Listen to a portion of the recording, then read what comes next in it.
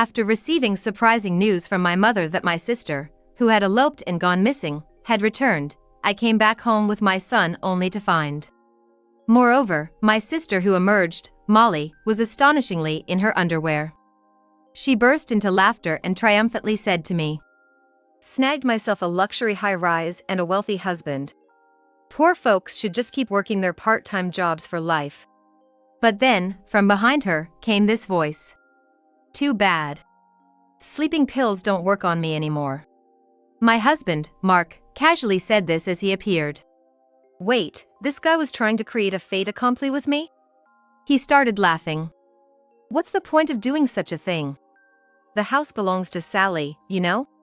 Yes, the high-rise we're living in is mine. I acquired it through inheritance from my previous husband. My name is Sally. I'm a 34-year-old working for an organization involved in the preservation of traditional culture. My husband, Mark, is also researching traditional culture in graduate school. He's a former junior of mine, 3 years younger. He's currently continuing his research while enrolled in a doctoral program, aiming to complete his dissertation and earn his PhD. Because of this, he has flexible time, so he can do things like picking up and dropping off our son, Yosef, at school and his activities, in my stead since I'm busy working and running around during the day. And that's not all. Honestly, Mark is much better at household chores than I am. He may not cook elaborate dishes, but his cooking is efficient. He cleans with minimal effort, keeping everything but his study space tidy. And he handles laundry, and everything related to it, more delicately and carefully than I do. "Let me take care of your life. Can I ask you to handle the household chores?"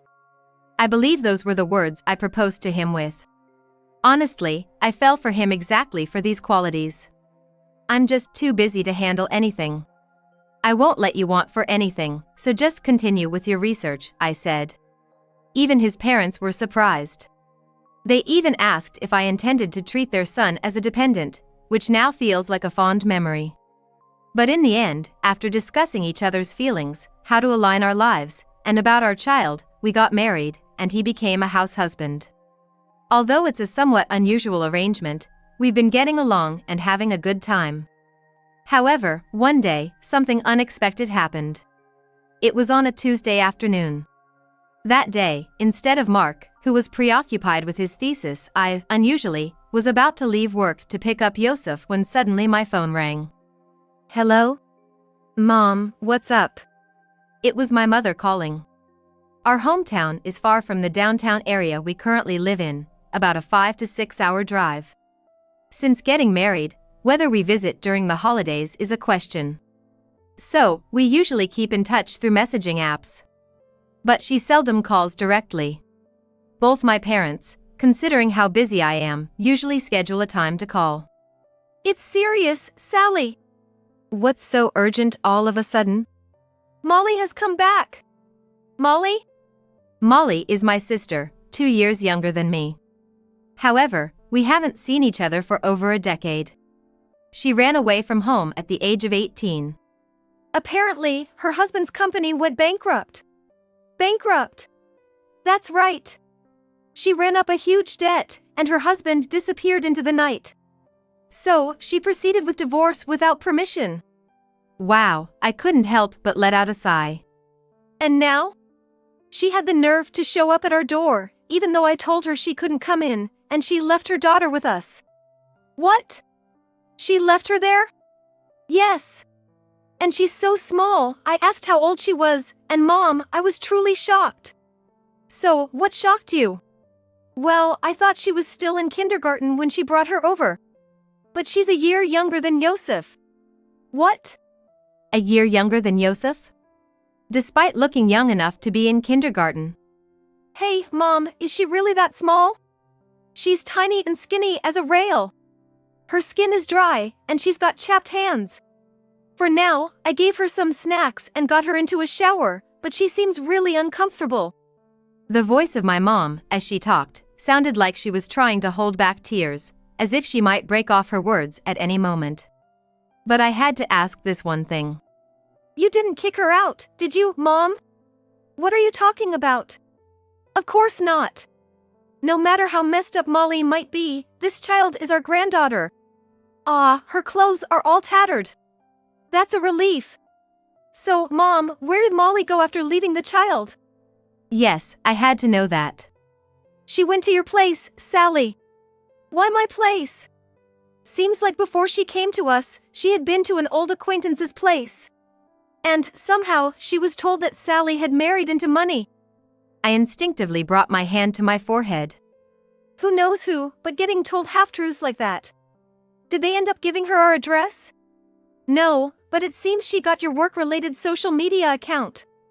Work-related, huh? Can't be helped. Because of my job, I have to aim for some level of promotional effect on social media. And now, Dad is rushing over to your house. Dad is? So, please, just hold out until he gets there. Wait, Mom, when exactly did Molly? Before I could get a reply, the call from my mom ended. It's just a little past 3 p.m. now. After picking up Yosef from school and taking him to his after-school activities, doing some grocery shopping while waiting. Mark has been so focused since yesterday that he won't be up for cooking today or the whole day tomorrow for sure. So, shopping is absolutely necessary. And even if he finishes writing, he'll probably just sleep without eating next. Usually, after pulling all-nighters for 3 days, he ends up sleeping for a day and a half. If I have to stock up on a large amount of ready-to-cook ingredients, it looks like it'll be past 6 p.m. before I know it. I'm worried, but what's going to happen? Wait, Mom, you have a sister? Yes, I do. I see. In the car, after finishing the shopping, I decided to lightly explain the situation to Yosef. Surprised? No, not really. I mean, it's our family, so I figured there's always something. Yosef, at 9 years old. He's quite perceptive and a bit mature for his age. Our family being a bit unconventional, he was quick to understand when I explained things. I guess he takes after his father in that regard. When I was a child, I remember just bickering loudly with my sister. In contrast, Yosef is quiet and thoughtful. Almost worryingly so. Well, yeah. There's always something. Like what? Where do I start? There are things you can talk to a child about and things you can't. You know the house where Mom and Yosef used to live, right? Yeah. Near Grandma and Grandpa's place. Well, my sister, she hated being in that town and ran away from home over a decade ago with someone she loved. Wow! That's kind of amazing! Hey. Yes, Molly, at 18, eloped with the president of a startup company who was nearly 40 at the time. But it wasn't out of love. Molly had been involved in compensated dating since high school. Our family never made Molly or me want for anything. We had savings set aside for us to go to any school we liked. And we got enough allowance every month. But it seems that was still not enough for Molly. Molly had been attending a downtown private university, but at the end of her freshman year's first semester, we suddenly got a call from the academic affairs office. Turns out, Molly was pregnant. When our enraged dad demanded to know who the father was, Molly straightforwardly confessed his name. It was the same man she had impulsively divorced recently. Furious both about the compensated dating and the man involved, our parents told Molly to leave. Molly left without a word, cutting off all contact with us. Had it been just a matter of leaving, we might have been able to track her down through her health insurance card. But Molly had married the guy. And being under his care, we completely lost track of her whereabouts. Once our anger subsided, we couldn't help but worry. Having no news from her at all was considered rude, and my parents had plenty of reasons to be angry. After all, they had to face rumors in the neighborhood and at work, feeling disgraced for raising a daughter who could do such a thing.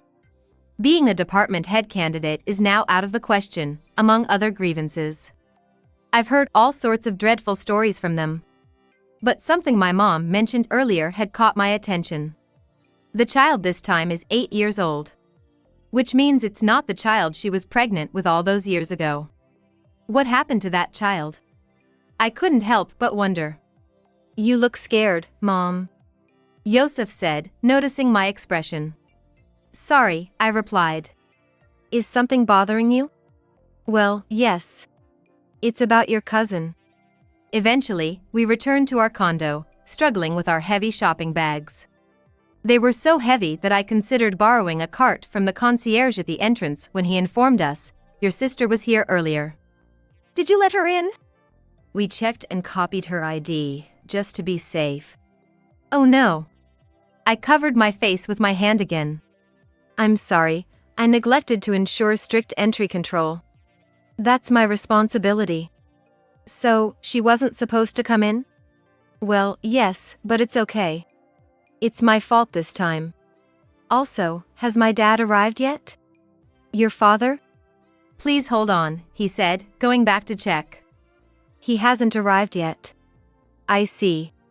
If my dad comes, please let him in right away. All right. I showed the concierge a photo of my dad, making sure he knew to let him in without question. Then, with our groceries on the cart, we headed up to the top floor in the elevator. We're home. Upon opening the door.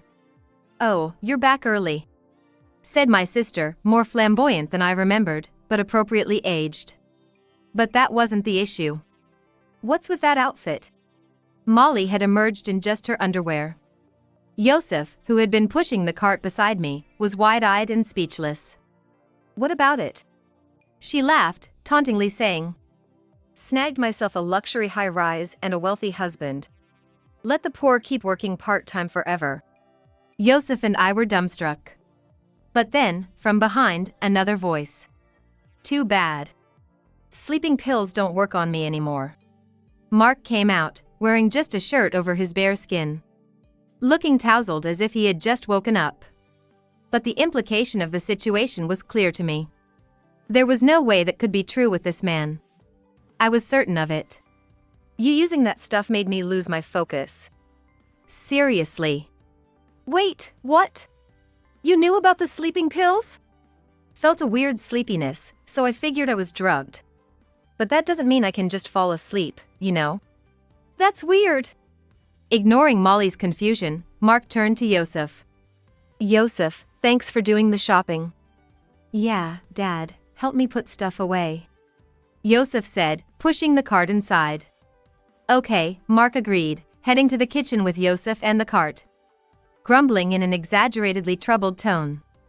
I heard from Sally about having a sister, so I figured something might happen. But to be drugged right off the bat? Well, my sleep schedule all over the place anyway, and I'm too full of thoughts to sleep unless I decide to. So, I can tell the difference between natural sleepiness and the other kind. Molly's expression became even more severe. Well, I had a feeling you were up to something, so I just played along and pretended to sleep. But really, what's your deal? Mark responded in an utterly calm manner, laying out his words methodically. Facing him, Molly, who should have been brimming with confidence, was left dumbfounded, unable to grasp what had happened. What's with this guy? It seems she picked the wrong target. What do you mean what? You're the one showing up in such attire. Did you strip him down, trying to create a done deal or something? I let out a deep sigh. Why has she always been so reckless? Yet, from the scenario, it's easy to piece together what occurred. Molly learned I lived in a high-rise in the metro area and came here. She gathered information around the neighborhood, claiming to be the sister of someone residing on the top floor of this high-rise. She found out about Mark, who is a stay-at-home husband but also does research that seems related to my job. She must have assumed Mark would be alone at home and chose a time when I was out.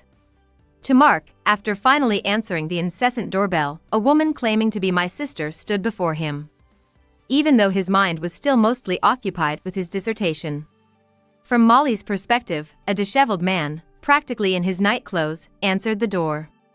She probably thought, he's young, huh? My sister got herself a younger, high-rise owning intellectual? That's unfair. I'll take him. Then, for some inexplicable reason, she used sleeping pills to knock Mark out, stripped him, and pushed him into bed, attempting to present me with a fait accompli. But Molly doesn't know Mark. He's the type to lose track of time and meals when engrossed in research or writing papers. It was a futile attempt, and I know this better than anyone. What, she tried to create a fait accompli with me? Then Mark's voice grew louder, and he began to laugh uproariously. What's the point of doing such a thing? The house is all Sally's, you know? Yeah, what is this lady even talking about? Hey, rude! What's with this kid? Well, technically, he could call you aunt. He's my son, after all. Your son? But he's so big. This guy's still in his 20s, right? Well, yeah, he's from my previous marriage. Wait, remarried? So the marriage to a wealthy guy was... You've been away too long to know, haven't you? Finally, I made it into my house. As I took off my coat and set down my bag, Mark served me some tea, welcoming me back. I noticed a bag half open on the living room table. The only item out of place in an otherwise tidy room. It was bothersome. I wanted to clean it up immediately. What, no coffee for me? Molly glared at me as I enjoyed my coffee. I'm not inclined to serve tea to someone who'd resort to drugging. Ugh. And how long do you plan to stay in that getup? I don't want a vixen roaming around my house. First, explain to me why you're the owner of this high-rise. Why can't this sister of mine ever engage in a proper conversation? Well, it's fine. I suppose I need to explain, otherwise, she wouldn't understand. Look, when my previous husband passed away, he left us a substantial inheritance. That's how I bought this place. Paid in full, no mortgage. Huh? With your cash? But this place is worth millions. Well, this property is just a tiny part of what I currently own. Molly was left speechless. Yes, the top floor of this high-rise is entirely mine. But that's not all. I now own numerous properties, with a total asset value of $4 billion. Managing my passive income allows me to live a wealthy life and also serve as a consultant for an organization involved in preserving traditional American culture. Half for tax reasons, and half for Mark. So, my busy work is actually my role as a director of that organization. And I occasionally receive reports on land-related matters. When I explained this, to Sally, you mean? Yes, to me. You probably don't know this, Molly, but I got married right after dropping out of college. And you have no idea why that happened. What do you mean? Because of the huge mess you made, Dad's company's reputation plummeted, and we had a tough time. What does it matter what an adult daughter does? At that time, you weren't of age yet. Having a daughter involved in compensated dating from high school, we were labeled as parents who couldn't educate their child. Mom also felt ashamed for a while. Then, by chance, I received a marriage proposal from the Smith family. Smith family? Yes, the so-called lords of our hometown, that family. What? Molly gasped in disbelief. Mark then suggested, let's step aside for a bit, and moved Joseph away. Understanding it was an adult conversation. So, you married into that family? Yes, but not to the person you're thinking of. I married the older brother, the next head of the family. Huh? The bedridden freeloader, the burden of the Smith family? Yes, him. Indeed, my former husband was described that way. Born frail, barely attended school, and always under medical care. He was considered the family's burden. But that was just an external perspective. His parents and younger brother, the heir, didn't think of him that way at all. They all loved him, a man without any desires. He happened to fall for me during one of my hospital visits. The Smith lords personally came to our house to ask for my hand in marriage. Because their son, who had never wanted anything before, wished for this one thing, and they bowed their heads to me, someone much younger. I got married at 22, partly to broaden my parents' shoulders a bit. My husband passed away while Joseph was still in my belly. And even this pregnancy was through artificial insemination. He didn't have the strength to conceive a child naturally. It was a wish of my in-laws. And I agreed for my gentle husband's sake. He could tenderly watch my belly grow but passed away, leaving just a name for our child, without ever seeing his face. My in-laws thanked me for everything up until then and left me an inheritance as per his will. However, some relatives eyed the considerable inheritance left to an outsider like me with envy, so I moved to a high-rise in the city with tight security when Yosef started kindergarten. Explaining further, Molly waved her hands and head in disbelief. No way, no way, no way, no way, and yelled at me, "You expect me to believe such a fairy tale story? What can I say? And what about him? You received such an inheritance and you're allowed to remarry?" I was allowed. Well, not like I needed permission. But I did consult with them out of respect. They were truly kind in-laws, and they felt sorry that I spent the best years of my youth caring for a sick man and going through a pregnancy via artificial insemination. That inheritance should be enough compensation. Money can't buy time or life, they said. My kind in-laws, who had lost their beloved son to illness, understood the value of these two things well. Perhaps because they were wealthy. After moving to the city, unlike the life I had with my in-laws, I was exhausted from solo parenting. That's when I reconnected with Mark, a junior from my college days who had admired me. He became a great help to me, and gradually Yosef grew attached to him. And I thought it would be nice if he stayed with us, so I proposed. My in-laws described Mark as a harmless person with no interest in anything but his studies. The fact that my in-laws didn't oppose, rather, they supported the remarriage, might have also been a check against relatives who were pushing for their own candidates for remarriage. "So, you're the only one who got to have it all?" Molly began to say when my phone rang. This time of day, oh. I switched the call to speaker mode. "Hello, Sally. I was worried because you hadn't replied to my messages. Are you okay?" Molly groaned at the sound. "Mom, everything's fine on my end." "That's good. But I just heard a voice like stepping on a frog. Is Molly there by any chance?" "Yes, she is." I looked at Molly with a full smile. "Mom? Why do you know this place? You always had the memory of a sieve, forgetting everything after 3 steps. You said it yourself, I'll go to my sister's place. How unfair. Why am I treated differently even though I'm also your daughter?" Molly shouted into the phone, genuinely furious. "Huh? Do you even have the right to say that? After you left, Sally marrying into the Smith family was what saved us from ruin. It might not have been outright ostracism, but with Dad holding a respectable position in his company, the rumors were terrible.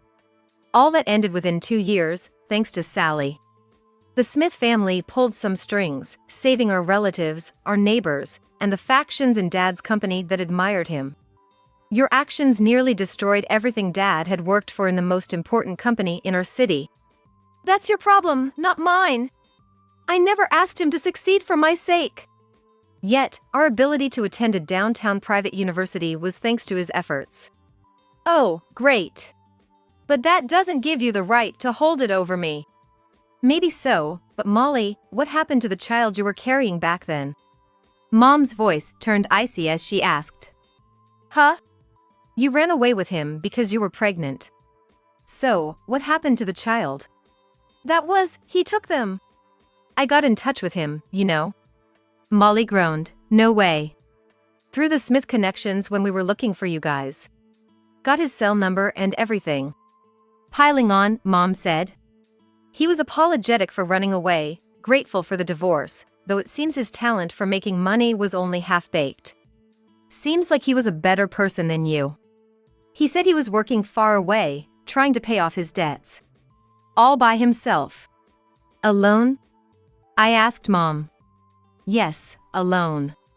"Sally, you can guess what that means, right?" Mom had mentioned the terrible state the child Molly brought was in. I turned sharply to Molly. "You, the child. Stop looking at me like that. Mom said the girl you left with her was quite emaciated. That's because things have been tough lately. And yet you have such a fancy bag." I pointed to the designer bag carelessly left on the living room table. "It's clearly a designer brand, isn't it? I bought it 2 or 3 years ago. Mom said Anna looks like a kindergartner, even though she's just a year younger than Yosef." "That's right." Mom's voice deepened. Anna, was she attending kindergarten or school properly? She seems a bit delayed in her speech. Of course, she was. Grandma, is Mommy there? A frail voice came from the other side. Yes, Anna, darling. Do you want to talk to Mommy? No.